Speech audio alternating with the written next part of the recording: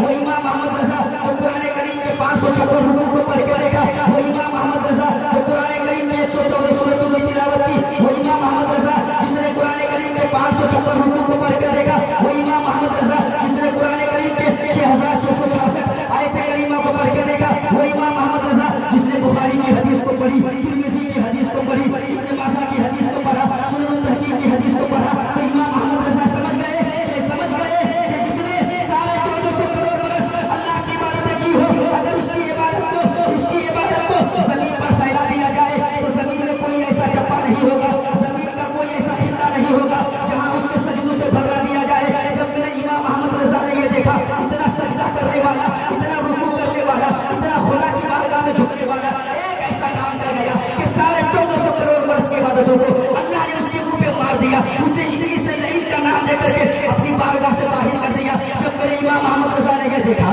تو میرے امام محمد رضا بریلی کی سرزمین سے پکار کر کہتے ہیں کہ اب میں رسول اللہ کی بارگاہ میں جاؤں گا، اپنی نمازوں کو لے کر کے نہیں جاؤں گا، اپنے روزوں کو لے کر کے نہیں جاؤں گا، اپنی زکاتوں کو لے کر کے نہیں جاؤں گا، اپنے حج کو لے کر کے نہیں جاؤں گا، کعبۃ اللہ کی حج کو لے کر نہیں جاؤں گا، مصطفیٰ کی عبادتوں کو لے کر کے نہیں جاؤں گا، بنا کی وادی میں جو میں نے عبادتیں کی ہے ان کنکری کی عبادتوں کو لے کر کے نہیں جاؤں گا۔ ہم نے عالم تصور میں امام محمد رضا کی بارگاہ سے پوچھا، اے امام محمد رضا بتا پھر نبی کی بارگاہ میں کیا لے کر کے جاؤ گے؟ تو میرے امام محمد رضا بریلی کی سرزمین سے پکار کر کہتے ہیں، اے نمازوں کے بارے میں پوچھنے والوں، روزوں کے بارے میں پوچھنے والوں،